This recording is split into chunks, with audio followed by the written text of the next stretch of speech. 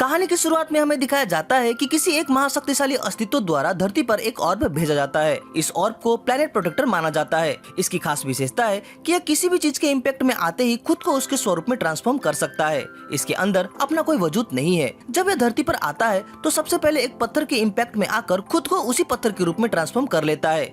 इसी तरह कई दिन बीतते हैं। एक दिन बर्फबारी के दौरान एक जख्मी वुल्फ वहाँ से गुजर रहा होता है। वो लड़खड़ाता हुआ जा रहा है। उसे देख ऐसा लगता है कि वो अब मरने वाला है। वो उसी पत्थर के करीब पहुंचता है और उसमें सर रखकर अपने प्राण त्याग देता है। अचानक वो पत्थर अपना स्वरूप बदलने लगता है और उसी वुल्फ के रूप में खुद को ट्रांसफॉर्म कर लेता है। यह पहली बार है जब उस ऑर्ब ने चेतन अवस्था को ग्रहण किया है और वह एक वुल्फ के जीवन को महसूस कर रहा है। इसके बाद वो वुल्फ चलने लगता है। 3 हफ्ते तक वो उस बर्फीले तूफान में चलता है। तभी वो एक खाली पड़े बस्ती में पहुंचता है। वहाँ कोई नहीं रहता सिवाय एक लड़के के।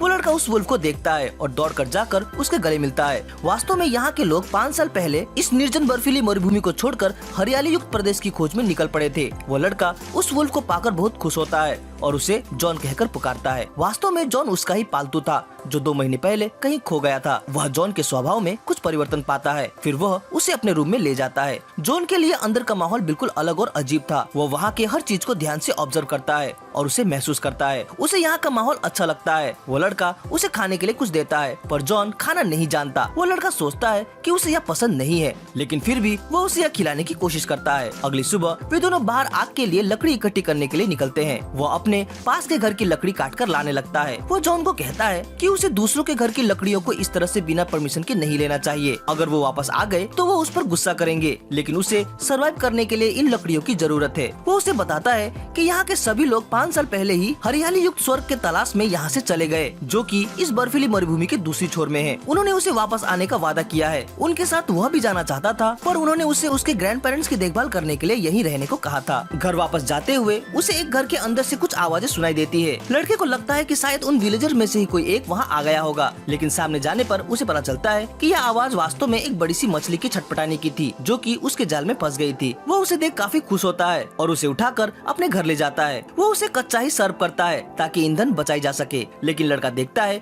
कि जॉन फिर से उसे खाने से इनकार कर रहा है। उसे लगता है कि शायद जॉन खाना खाना भूल चुका है, इसलिए वह उसे खाने का तरीका दिखाने लगता है। यह देखकर जॉन भी उसकी तरह एक्ट करता है और उस मछली को खाने लगता है। रात में वो लड़का वॉल में अपने विलेजर्स के चेहरों को ड्रॉ करता है। वह जॉन को बताता है कि वो ऐसा इसलिए कर रहा है ताकि उसे अपने गांव के लोगों का चेहरा याद रहे और उनकी मेमोरी उसके अंदर जीवित रहे। फिर वह थोड़ा गंभीर होता है और कहता है कि वो भी इस जगह को छोड़ने की सोच रहा है ताकि वो आगे की नई दुनिया को देख सके और उसे महसूस कर सके। वो यह निश्चय कर लेता है और अगली सुबह वे दोनों अपनी यात्रा में निकल पड़ते हैं। वे घंटों तक चलते हैं। तभी रास्ते में उन्हें एक मार्ग दिखता है जो कि एरो के रूप में उन्हें आगे बढ़ने की दिशा की ओर संकेत करता है। इसके बाद उन्हें एक के बाद एक कई सारे मार्ग दिखते हैं जिन्हें वो फॉलो करने लगते हैं। अपने 5वें दिन की यात्रा के बाद उस लड़के को एक छोटी सी सूखी झाड़ी दिखती है। इसे देख वो उत्साह से भर जाता है। उसे लगता है कि वो अब अपने मंजिल के करीब है। तभी यात्रा के दौरान उसका पाँव बर्फ की पतली परत पर पड़ जाती है, जिसके टूटने पर वो पानी के अंदर गिर जाता है। वो वहाँ से तो आसानी से निकल जाता है, पर उसके पैर पर चोट लग जाती है। वो अपनी तरह से इसका उपचार कर लेता है और कहता है कि ये बस हल्की सी चोट है और वह इसके साथ ही अपने आगे की यात्रा को जारी रखेगा। लेकिन दिन बीतने के साथ वह कमजोर पड़ता जाता है। अब वह लंबे समय तक चलने में असहज महसूस करने लगता है और उसकी चोट भी दिन प्रतिदिन गंभीर होती जाती है। लेकिन फिर भी वो अपनी यात्रा को जारी रखना चाहता है, क्योंकि उसे लगता है कि वापस जाना बेवकूफी भरा निर्णय होगा। वह सोचता है कि मंजिल अब करीब है और धीरे धीरे वो इस दर्द से भी छुटकारा पा लेगा। आगे बढ़ते हुए उसे रास्ते में टूटी हुई मालगाड़ी दिखती है, जो कि उसके गाँव वालों की ही थी। वो थोड़ा परेशान तो होता है, पर आशा नहीं छोड़ता और कहता है कि वो अब दूर नहीं है।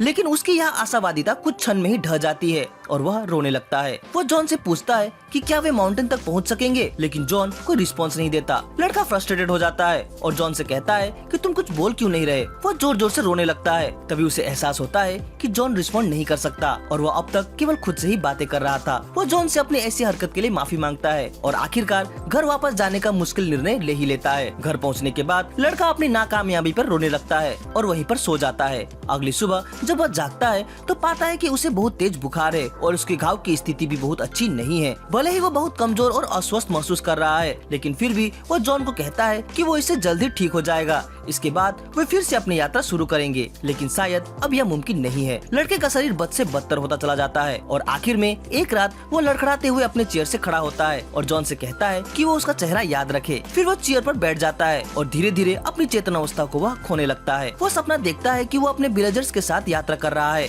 और उन्होंने अपने मंजिल को ढूंढ लिया है, जहाँ और भी कई लोग उनका इंतजार कर रहे थे। तभी उस लड़के का शरीर कुर्सी से गिर जाता है। उसकी मौत हो चुकी थी, पर जॉन इसे नहीं जानता। वो उसे खींचकर उठाने की कोशिश करता है, पर वह इसमें सफल नहीं हो पाता। फिर जॉन उसकी कोट को जकड़कर उस लड़के के स्वरूप में खुद को ट्रांसफॉर्म कर लेता है। वह पाता है कि उसका दोस्त अब नहीं रहा। वो उसे कुर्सी पर बिठाकर उसके सपनों को पूरा करने के लिए दृढ़ संकल्प के साथ नई दुनिया की खोज में अकेले ही निकल पड़ता है। इसे हम नाम देंगे इमॉर्टल बॉय। वो भारी बर्फबारी के बीच अपनी यात्रा जारी रखता है, लेकिन उसे ह्यूमन बॉडी के बारे में कुछ जानकारी नहीं है। न उसे खाना आता है, न ही शिकार करना। अपनी यात्रा के दौरान वो कुल 6 बार मरता है, पर जबकि वो इमॉर्टल है, वो हर बार खुद को रिजेनरेट कर लेता है। हर बार मरने के साथ ही उसकी रिजेनरेशन टाइम में कमी आने लगती है और आखिर में वो उस प्रदेश में पहुंच ही जाता है जहां बहुत अधिक हरियाली और जीव जंतु बसते हैं। वो पहाड़ से खड़े होकर उस मनोरम प्रकृति को निहारने लगता है, लेकिन तभी पीछे से एक बड़ा सा सफेद भालू उस पर अटैक कर देता है और उसे मारकर सामने के तालाब में फेंक देता है। वो खुद को रिजेनरेट करने लगता है। उस तालाब में एक छोटी बच्ची भी होती है। उसे ऐसा करते देख वो घबरा जाती है। उस बच्ची का नाम है मार्च। उसे खुद की आंखों में विश्वास नहीं होता। वो जानना चाहती है कि ये वास्तव में कौन है। इमॉर्टल बॉय खुद को पूरी तरह से रिजेनरेट कर वहाँ से जाने लगता है। घबराते हुए ही सही, मार्च भी उसे फॉलो करने लगती है। वो उसे पुकारती है और खुद को उसके साथ ले चलने को कहती है, पर वह इमॉर्टल बॉय चुपचाप से बिना कोई रिस्पॉन्स दिए आगे बढ़ने लगता है। उसके इग्नोर करने की वजह से मार्च को उस पर काफी गुस्सा आता है और वह उस पर चिल्लाने लगती है। मार्च को लगता है कि कहीं ये भूखा तो नहीं। वो पेड़ पर चढ़कर उसके लिए एक फल तोड़ ले आती है और उसे खाने को देती है, लेकिन इमॉर्टल बॉय को पता नहीं कि इंसानों की तरह कैसे खाया जाता है। वो जानवरों की तरह उसे खाने लगता है। इसे देख मार्च चौंक जाती है। उसे लगता है कि उसके माता पिता ने उसे कोई मैनर नहीं सिखाया। वो फिर से पेड़ पर चढ़कर एक और फल तोड़ती है ताकि वह उसे खाने का सही तरीका सिखा सके, लेकिन वह उसके हाथ में झटका मारकर उस फल को गिरा देता है और उसे भी जानवरों की तरह खाने लगता है। वो बार बार पेड़ पर चढ़कर उसके लिए फल तोड़ती है और वो भी बार बार वैसा ही करके खाने लगता है। आखिर में हार मानकर वो पेड़ पर बैठकर ही उस पर फल दे मारती है, पर इमॉर्टल बॉय इतना भूखा है कि वह हर एक फेंके गए फल को झपटते हुए खाने लगता है। जब उसकी भूख मिट जाती है तब वह मार्च को देखकर स्माइल करता है और उसकी आंखों का रंग बदल जाता है। इसके बाद पेड़ से नीचे उतरकर मार्च उसे बताती है कि अगर कोई अजनबी इंसान उसे कुछ दे तो इसके बदले उसे उस इंसान को थैंक यू कहना चाहिए। फिर वह उसे थैंक्स कहना सिखाती है, पर वो इसमें नाकाम होती है। फिर इमॉर्टल बॉय वहाँ से जाने लगता है और मार्च भी उसके पीछे पीछे चली जाती है। फिर वहाँ एक पेड़ के पीछे आराम करने लगते हैं और रात वहीं पर गुजारते हैं। मार्च एक सपना देखती है जहाँ वो अपने मॉम और डैड से मिलती है, पर उसकी बहनें वहाँ नहीं है। तभी वह देखती है कि एक बड़ा सा स्पिरिट बियर पीछे बैठा उनकी बहनों को खा रहा होता है।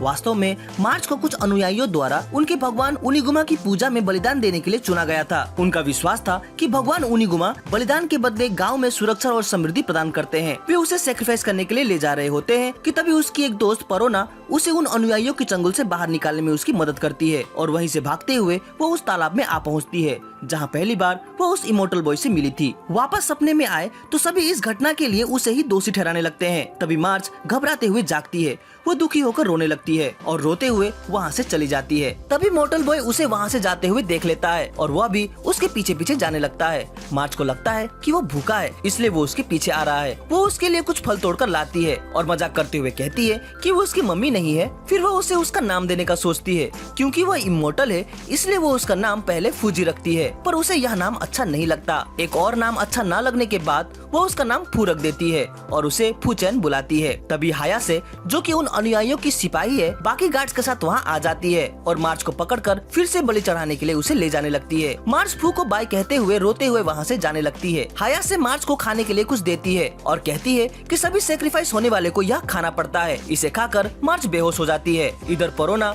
मार्च को ढूंढ रही होती है। तभी उसे रास्ते में फू मिलता है। वो फू से पूछती है कि क्या उसने यहाँ किसी छोटी बच्ची को देखा है। फू उसे बिना बोले ही मार्च के सेक्रीफिशियल साइट में ले जाता है जहाँ मार्च के बलिदान की तैयारियां चल रही थी। तभी वहाँ एक विशाल भालू आ जाता है जिसके शरीर में कई सारे स्पाइक्स हैं। उसे देख वो गार्ड्स बहुत डर जाते हैं और मार्च को वहीं छोड़कर भाग जाते हैं। पर परोना ठीक समय पर वहाँ पहुंचकर मार्च को छुड़ाने की कोशिश करने लगती है, पर वह भालू बिल्कुल सामने आ जाता है और वह परोना पर हमला कर देता है। इधर गार्ड्स वहाँ से बाहर निकलकर सारे गेट्स बंद कर देते हैं। उधर फूचैन भालू के सामने आकर खड़ा हो जाता है और उसे देखने लगता है। तभी भालू फूचैन पर हमला करके उसका सिर खा जाता है, पर फूचैन उस अवस्था में भी खड़ा होता है और खुद को उस भालू से छुड़ाते हुए जॉन के शरीर में ट्रांसफॉर्म हो जाता है और उस भालू पर हमला करके उसे काटने लगता है। उसने वुल्फ की एबिलिटी को काफी अच्छी तरह से सीख लिया है और वह उसका ही इस्तेमाल करके उस भालू पर हमला करने लगता है। काफी लड़ाई के बाद वह उस भालू के नाक पर हमला करता है और उसे उखाड़ फेंक कर उसका काम तमाम कर देता है। यह देख सभी हैरान हो जाते हैं। फिर हया से अंदर आती है और मार्च की रस्सी को खोलकर उसके अपने कंट्री